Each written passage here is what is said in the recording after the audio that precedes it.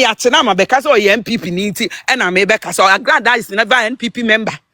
And I may Agraada and on yam me on yam is me on yam obia me said I but no cry up akope. Bisa who sa denti and Agraada ya cheno no NDC for you nebo say o ma Jimmy ana. Ah? Mo Jimmy. Mo vice president ni si wa ye nanim so otwe. Kwaba ma otiwe ye nya no so mfa so mo hwe nka ho asem pe vice president papa ma ni media de no ahwe nkwala ma ye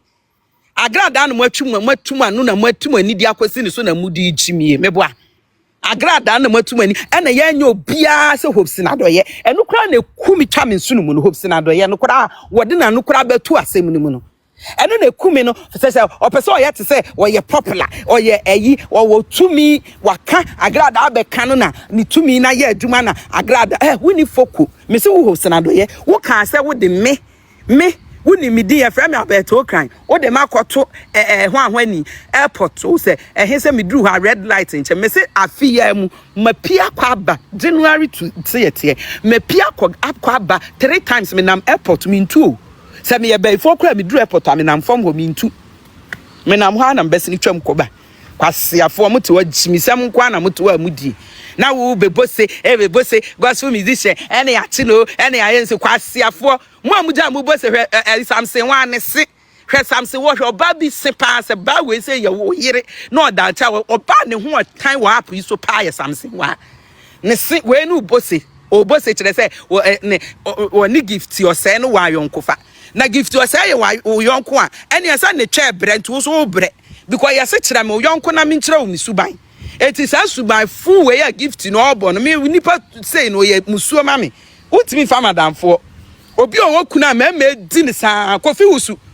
me se Kofi Wusu beba ha se Hopeson adoye ti break o ya rough me se mun send man because me na say me nya kwai ma TikTok nti ahwa no manhu eti so Jimmy a mun tag mame now I will come back for him me se mema ayi ne yire ne di okodi ne yire no Kofi Wusu abaha abechire mu obeba abechire mu toma kra na ebo ukra gift no woda wo nchen no omo toma okọ Kofi Wusu ha ne toma share bag mi no wayi agu na sene na be ma na di no obi a wayi toma na san agu wo nya be ma ye botoma ma wo nya be ma ye botoma ma because wo ti wo no kwati swa wo de toma no de ye den na wo ye paniema agu niema so de ayade ase Hopeson adoye wo yiri wo motoma ma toma no body ma Kofi Wusu ene mema aka na fada de si aye ne na ho se me si yomo seminars odi asra ne na ho se jimifo papa ba ko wa jimi pa wo ti wiase ene fada de sin kwase ampanyini pa jimifo adwene ne nya adwuma na tina na mama brown no krampa me se na ni kunu ya akwada wo ti mi hunu nyansa ka se dabi me yiri okọ adwuma oche me mpene ma ne nya adwuma wi obi obeba ho bia no adi ne na ma brown do no wo ti mi so ni gidie mu yiye ni kunu amana nya kwasea Miss G wo ba ho wo fada Dixon Miss G wo ba ho no na me se Hopeson adoye ne yira asem de omo ka na me se me ka frafro ama hwe be fa omo ye madofo wo show no so nyina because show no so ne bi mo ho no ma ya na ye pe wo asem Miss G e ba ho no ware ni kunu one ni kunu e na e ware ni kuru ko de se remo ho ahwani se ho ahwani one ne wade e na oba ho wutimi chi akola di no enyin no ba wo tia wade ase wo fada desin e de ne kwotena US so onkowo e wo ho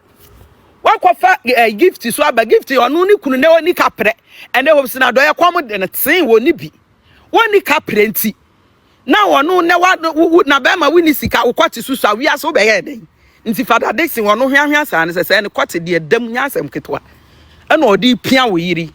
o piano no amani sika no de abeto aduane am wadi wo Hopeson ne wuni kapre de wo de to wa cha di kura wo kwan ho wunya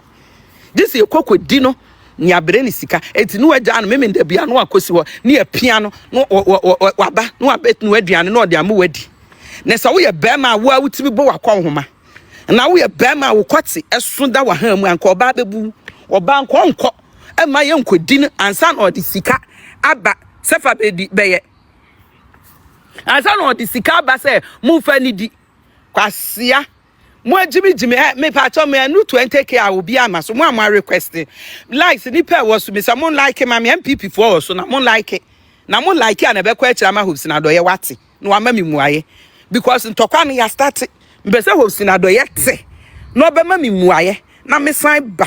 wanti am ma me muaye me pentokwa me medika aka chira mo say me ntokwa de me pe because me ba bi etete me no e ye ntokwa zone nti me pentokwa etokwa me ma bro wasase we say so no enye ntokwa ketwa etime me pe ntokwa wo futu otiase na ye diu tama Father Dixon wo soko de wa bra wukunu koteketwa te ho no na o ma me no wo ho wa ntimi antufo ne samai ko yeso wa meka nchero say jai so ba wo kuna ye diu twa bebrebe wa meka e na Agraada ko prison mu bo se wo kwahwa ne twa e na me ka kire wo no gift unu ukunu no Agraada ni prison na okọ no wano de ose ye de ne twabeko prison de wano aso beko bi akohwe ne tweso na wo a wutu ukunu fie a wo tane ya dogo maame na da na prison for twe wo twa na ntifie ho bi wo twa de prison wo twa de prison wo ani padua na ate ho ene wo twa mema kom te sese de epe bia gene wo de ho ne ka wo wasem ka wo wasem na munya jimi bebrebe na animu ani ade na say na fa hen kɔ he Agraada ye chi no mesi wo mo keka ho no wahe big acquaintance owan oye NDC ni wayi nanim so wo NDC wa ya campaign am NDC nti ono do mo so mu hunu no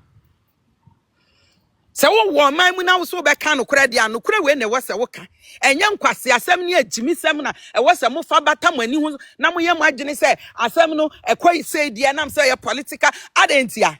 big acquaintance what ya woni nkwase asem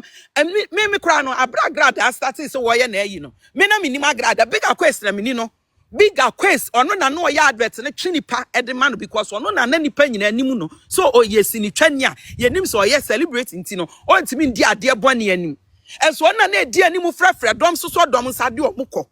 wono no wo he na magya wono no sa na me bisa wono no wo he samonche wono dia ene wo ho no ma shut up enkasa wo de wo achi Agraada e o de because wo bu nkrofo afa so no mo maka no mo wo he omo ye NDC fo ntia wo kasa asem na me se bisa wo ho se adenti na NDC fo nyina ani age ama empo koteketu Hopeson and JDM na wo Hopeson and JDM ka se wo na wo ye den na ye hwi enya no na hia so wo yire ne tenase na tunufo so oba wo kunu de mema niu bebrebe sa ka te ne tenase ne tunufo